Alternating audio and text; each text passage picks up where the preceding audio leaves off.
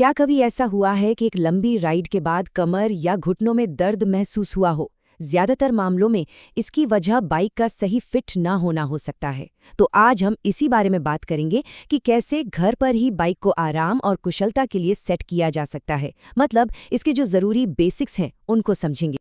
यही तो सारा खेल है।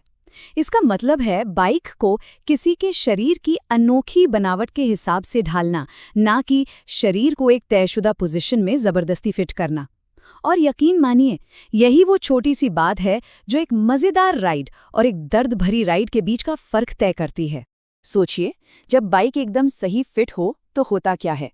सब कुछ अपनी जगह पर आ जाता है। सबसे पहले तो आराम मिलता है, जिसका मतलब है लंबी मजेदार राइड्स। दूसरा, कुशलता बढ़ती है, यानी हर पेडल स्ट्रोक में ज्यादा पावर। और हाँ, सबसे जरूरी बात, चोट लगने का खतरा कम हो जाता है। क्योंकि देखिए, एक खराब फिट लंबे समय में काफी दिक्कतें पैदा कर सकता है। हाँ, एक बात शुरू करने से पहले साफ कर देना बहुत जरूरी है।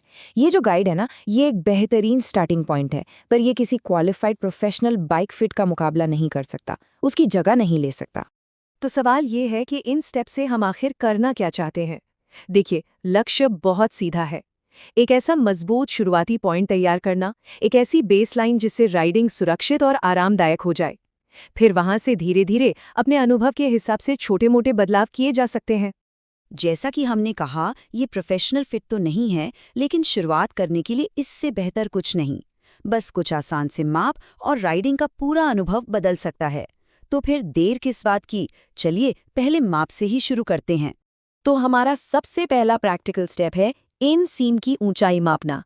अब ये जो माप है, ये सैडल की सही ऊंचाई और फ्रेम क्लियरेंस दोनों के लिए बहुत ही ज्यादा जरूरी है। तो मन में सवाल आता होगा कि आखिर ये इनसीम है क्या चीज़ और इसे मापना इतना ज़रूरी क्यों है? चलिए इसी को समझते हैं। बिल्कुल सीधे सादे शब्दों में कहें तो इनसीम मतलब क्रॉच से लेकर जमीन तक की सीधी दूरी। और बाइक फिटिंग की दुनिया में ना, ये सबसे बेसिक और सबसे ज़रूरी मापों में से एक है। अच्छा, तो अब बात करते हैं कि इसे मापना कैसे है। बिल्कुल सटीक माप के लिए ना, जूते उतारकर दीवार के सहारे सीधे खड़े हो जाइए। पैरों को थोड़ा सा खोलकर रखना है, लगभग उतना ही जितना बाइक पर खड़े होते समय होता है। फिर एक किताब या कोई भी हार्ड चीज लेकर उसे टांगों के बीच ऊपर की तरफ ऐसे दबाना है जैसे कि वो बाइक की सैडल हो। बस उस किताब के ऊपरी किनारे पर निशान लगाइए और वहां से जमीन तक नाप लीजिए। हो गया।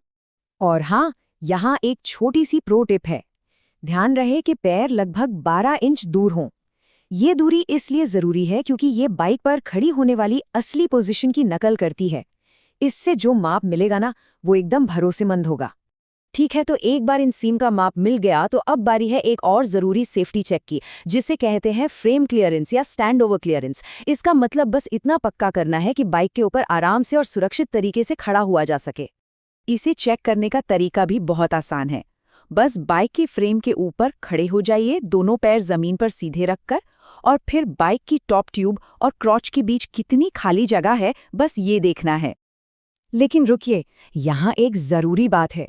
अगर बाइक का फ्रेम स्टेप थ्रू डिजाइन वाला है, मतलब जिसमें वो ऊपर वाली डंडी नहीं होती, तो फिर ये स्टेप छोड़ सकते हैं, क्योंकि जाहिर है उनमें पारंपरिक टॉप ट्यूब होती ही नहीं है।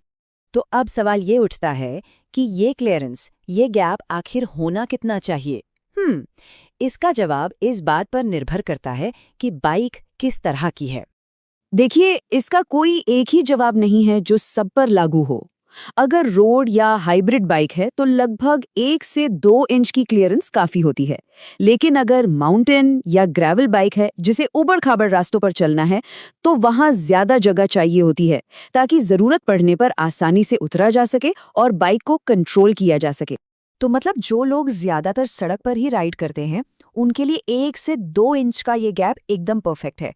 ये इतनी जगह दे देता है कि अचानक रुकने पर या सिग्नल पर उतरते समय फ्रेम से टकराने का डर नहीं रहता। और माउंटेन या ग्रेवल बाइक के लिए तो एक बड़ा ही देसी और आसान तरीका है। बस ये देख लीजिए कि टॉप ट्यूब और क्रॉच के बीच में एक हाथ की चौड़ाई जितनी जगह बन रही है या नहीं। अगर हाँ, तो समझिए कि क्लियरेंस काफी है। तो हमने इन जरूरी मापों को तो देख लिया, पर एक बात याद रखने वाली है, ये सिर्फ शुरुआत है, मंजिल नहीं। सही कहा, यही इस पूरी बातचीत का सार है। इन स्टेप्स से एक बेस तो तैयार हो जाता है, लेकिन जो असली फाइन ट्यूनिंग है वो तो इसके बाद ही शुरू होती है। और ऐसा क्यों है? क्योंकि एक बेसिक फिट हर चीज का ध्यान नहीं रख सकता। हर राइडर अलग होता है, किसी के शरीर का अनुपात अलग होता है, फ्लेक्सिबिलिटी अलग होती है और राइडिंग का स्टाइल भी एकदम अनोखा होता है।